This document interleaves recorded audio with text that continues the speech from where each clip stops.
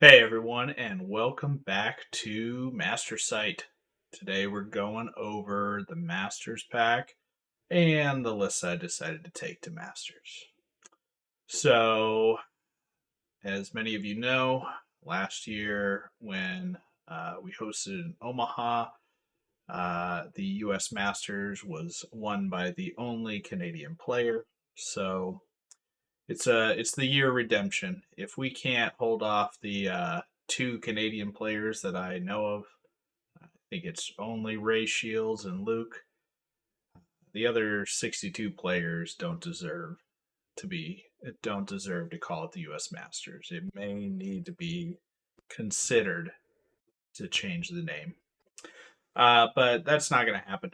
You know, we got a killer U.S. team coming this year. We got 62 rock stars. So uh, Canada, you're going down. That's all I have to say.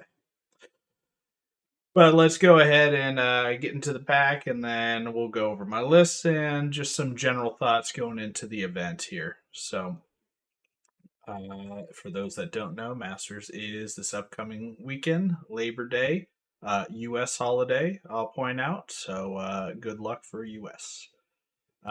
Pretty basic schedule. We're doing 6 games total, 3 Saturday, 3 Sunday. No allies. Withdraw is allowed. 2,300 point armies. Lists have already been sent in and revealed, so everybody knows what we're looking at here. Scenarios. So every year the Masters has the scenario pool narrowed down to 8 scenarios. It's voted by each region, and then the majority vote for the top 8 scenarios is what ends up in the pack. So we got push, dominate, invade, control, hold the line, pillage, loot, and stockpile. The only one in here that I have a personal gripe against is loot. We have better scenarios than loot now. Stockpile is one of them. So I don't understand why people are still voting for loot and like loot when stockpile and plunder are just better versions of loot. I am going to die on that hill and stick with it. But either way, all the scenarios are pretty solid in general. So yeah, scoring, we're going to be doing blackjack scoring. They have a little bit further in depth breakthrough later on, so we'll go with that. 65-minute clocks. Sportsmanship, who cares? Appearance, who cares? Player choice, nobody cares. Prizes, if you're there to win prizes, go home. You're only there for trophies. Let's go. Terrain, we got pretty typical terrain, two of everything. The one slight twist is one of the instead of two flat, there's one that's height 1 difficult, so it'll be represented by like a field, and then one normal flat piece that we're used to. Otherwise, everything else is basic. The forests and the buildings will be height 9, essentially infinite height, so nothing on a hill can see over them. So again, sportsman, who cares? Here we go. Battles. So, for those that aren't familiar with blackjack, it's a win loss draw for 14, 10, 7. And then there are potential +/-4 for bonus objective points. So you win the scenario, you get the win. But if you win the scenario more, you get more points, up to a potential of +4. And then kill points is a +/-3 with this as the chart. So you need to kill roughly 300 more points than your opponent killed of yours. It is a differential in order to get the +1. That's where I think most games are going to end up. And you need to have over 900 kill points to get a +2, and goddamn over 1,700 kill points to get the blackjack possibility. There's some armies that can do this. My army will not be doing that in most cases. Something's gone terribly wrong for my opponent if that happens. So, but where I'll go over the Nightstalkers here in a moment, but where my army excels is this +/-4 for objective. So a lot of my shit's gonna die, but I have 17 drops. All of them score. I'm gonna get more objective points is my goal. So appearance, nope. Skip. Player's choice, and then the awards. So Master is obviously the top award for this one. Then Paragon, Sports Appearance, so on, so on. And then there is a best region. It'll count all 8 regional players with their combined battle scores. And the region with the highest combined battle score is the best overall region. A little deceiving saying best overall region. It's just should be the Masters region, best region, something like that. But it's not actually an overall score. And then, like normal, they say you can't win more than one award except for Player's Choice. So, yeah, and just some friendly links for other things there. So, that's the pack. Masters is nice and simple, very standard. Gotta love it. We're going there to play the game how it was meant to be played. And yeah, so what's more American than trash stalkers? You take the trash to the tournament. Travis knows what's up. All right, so 4 hordes of scarecrows, 2 regiments of tormentors, 3 regiments of soul flares, one with J boots, other with helm, another with slashing. 2 mind screeches of the lightning bolt variety, 2 horror rift weavers, 3 butcher flesh rippers, and a dread fiend with the trickster's wand. 17 drops, 17 scoring, 28 unit strength total. So all the lists have been uh, revealed. Most people have looked over and whatnot. Um, my list is, I think there's 4 goblin players, maybe 5. They all have higher drops than me.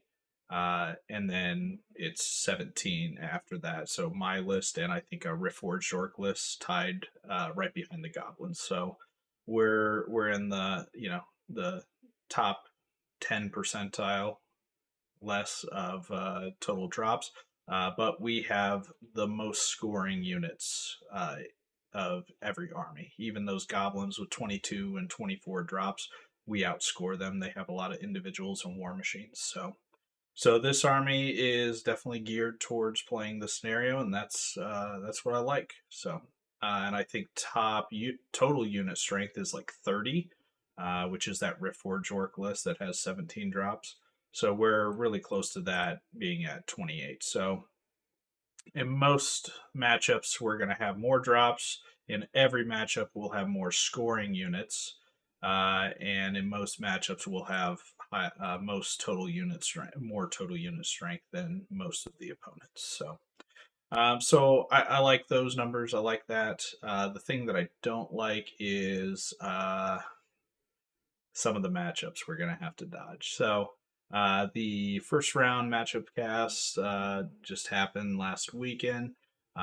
They did an excellent job. I know Travis was on there, and Travis is one of the favorites to win this year's event. Rightfully so. I mean, guy's just an animal. He's got a great list, and I also got some votes for potential winning of the event as well. Um, you know, I am a betting man, and I'm not putting money on me when Travis is in the pool. There, especially this year, this army, I would feel a lot more comfortable if it was 2 years ago when we had Aura Spell Ward, we had Speed 10 Soul Flares. Yeah, this army is oppressive at that point. Still a very good list right now with all the adjustments and changes, and I think it will still perform well. But there are going to be some matchups where we just don't have the same potency that we did. So I'm looking at